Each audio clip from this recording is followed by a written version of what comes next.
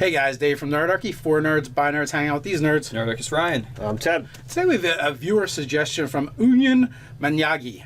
And what he wants to know is... Union Manyagi, was he in Star Wars or something? It might have been Red Leader, I don't know. Yeah. Strafing runs. What he wants to know is how to make city adventures and city life exciting for his players.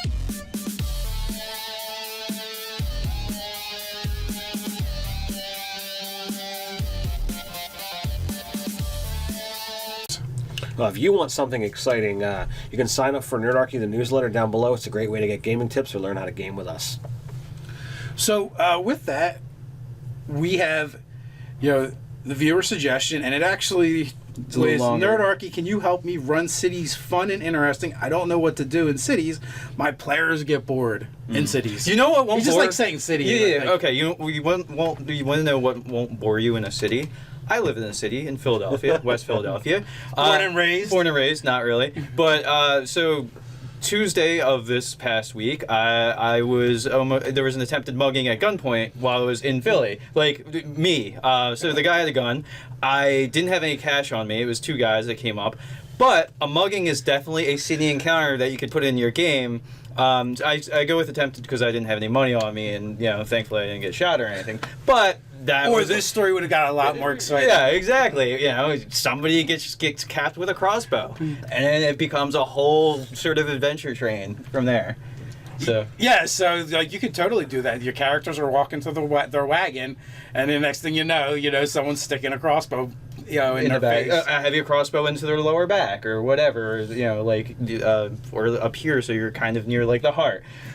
So like when you say that, to my mind comes like I picture someone doing that, and the crossbow bolt is in the crossbow, and they like stick over a little bit, so it gets stuck in your back. Yeah, and you feel you're like, dude, give me that back. I'm gonna shoot you. Yeah, it's hilarious. But like anything that's a headline from what happens in real cities, you can fantasy trope it up if you're doing a Dungeons and Dragons game. Absolutely. And just make it fit. Any sort of drug raid or like terrorist organizations. I mean, straight from the headlines, like the things that happened in Brussels. Like, I mean, it's a terrible thing, and like it. I mean, maybe it's kind of.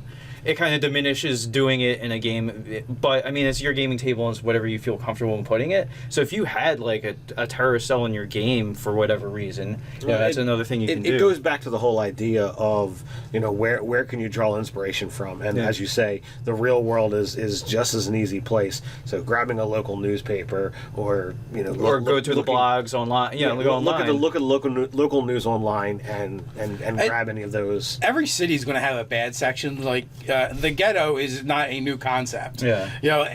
So there is going to be those poorer sections of the city where either it's because people have moved in from somewhere else or just because that's where the poor happen to reside. But you're going to have these bad places in the city, the town, where maybe they need to go to get information. Yeah. You're going to have, anytime you gather a lot of people together, there's going to be organized crime. I mean, just cities, it's going to happen in a city. Like, or disorganized crime. Like, they don't have to be part of a sprawling network, but some people could be part of the local thieves guild. Right. Well, that's what I mean. There could be, there could be small networks as opposed to one big, like, mafioso style network. But you could have street gangs. Yeah. You could just have, like you said, a thieves guild. You could have an assassins guild. If you populate your city with colorful and interesting people that have nothing to do with combat per se, that's going to be more interesting. Like, you have to put out things for your players that they want to see in the city. Thread hooks, thread hooks of things that they'd find interesting or like would interest their character. That's. Or if they ask for something, just put it there. Like hey, I want to look for this. Well, if every time they say I want to look for this, and you say, well, that's not there, you are probably going to bore them because they have nothing to interact with. Yeah, they've told you what they want. So give it to them.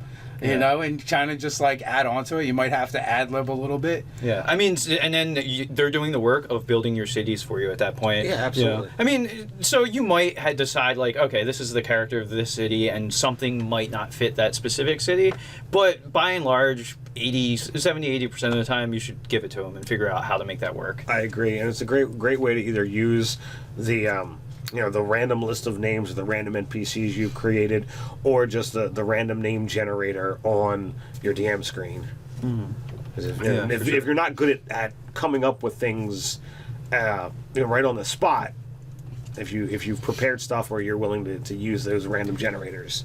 Actually, so in the back of the DMG, is there like an urban encounters, random encounters chart to use, like that, like saying? I don't remember off If the top it's of my super head. specific, because you could, if there is, it would be great to go to, like, if like you meet like like street prophets, or or beggars, or whatever, like, or prostitutes, like all the things that you would think of being in a city that you could either randomly roll or just like draw inspiration, or if it doesn't exist in the DMG, make your own random roll table of urban encounters that would likely happen. An encounter with street guards that mistake the identity of the party and they look like somebody who committed a crime, or they think. I mean, that happened with the attempted mugging. Like, the cops grabbed a guy for me to identify, like another group of cops, because there was like multiple patrol cars that showed up.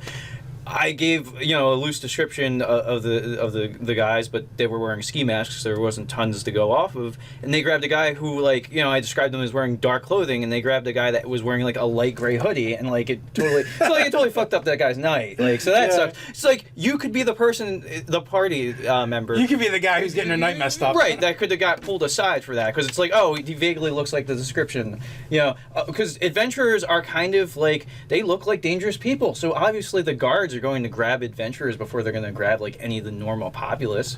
Well, Yeah, true. the actual there's actually a lot of random stuff within settlements.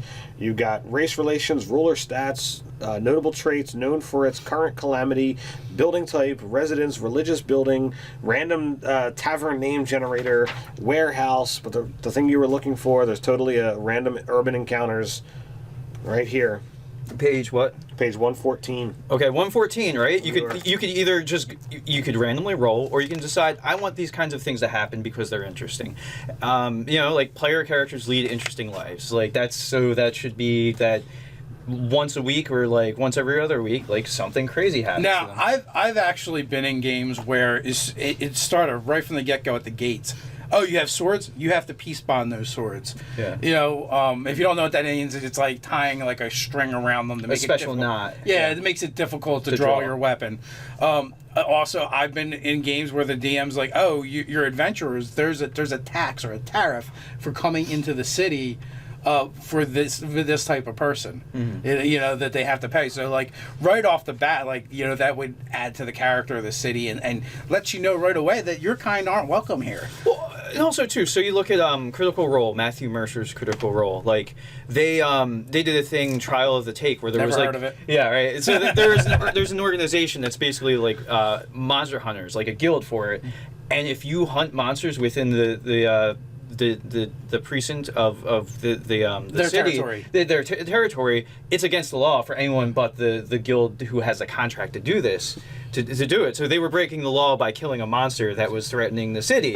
So like and then basically this guild was like, you can either perition to like become a member of our guild, or you can deal with the law and be put on trial for doing something illegal. So that then the adventurers decide, all right, we're going to try to join the guild and become like law-abiding citizens of the city. Yeah, you could do and speaking of that, which makes me think of other things, like if it's a big enough city and there's like a sewer system, you could easily have like a rat catchers guild, which might just be the name of the guild that tends to keep pests and vermin out of the sewers. That was a kit like back in 2nd edition, the rat catcher. There's something like that. Yeah, absolutely there was. And you had special abilities related to the fact that like you deal with a lot of like vermin and pests and things. And hang out in the sewers. Yeah, like you're fighting were-rats and all kinds of crazy crap. Right, but so like they're like, say they come up against something that they can't handle, they might look for adventurers in a city to go, hey, could you give us a hand with this? This seems like it'd be right up your alley. And they're like, oh, let's go get eaten instead of us.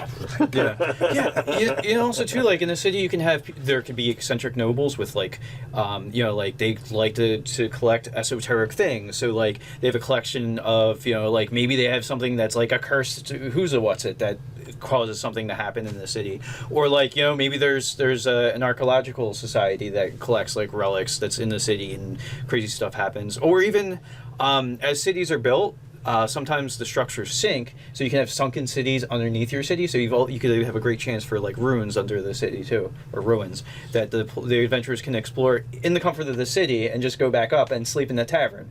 So that's pretty awesome. Yeah, like in Chicago from the Dresden Files, they have like the Undercity that literally was a city that the city before, and it kind of just sunk, and they just kept building on top of it. And Sharn is like that in some regards as well from Eberron.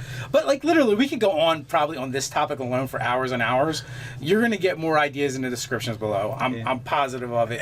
I think we've given you enough to start with. Yeah, I want to point out like one great resource too would just be, well, I mean, it would be several great resources. Take any of the published stuff, even if it's from like 3rd edition, descriptions of different cities like Waterdeep or Sharn from Eberron, and just like read all the lush background that they put in there, and they give you ideas for encounters when you read those sort of things. So just steal some of them that you find and seem cool and will grab your players. I would also talk to your players and find out, if you don't already know, what are they looking for in town that you aren't providing? Because if they think town's boring, there's, as we said, there's already so many things that you can do. So with that, let us know what you guys think in the comments below while you're at it. Like, share, and subscribe. Follow us over on Instagram. Or you can check out funny memes over on Facebook. So until next time, Stay nerdy.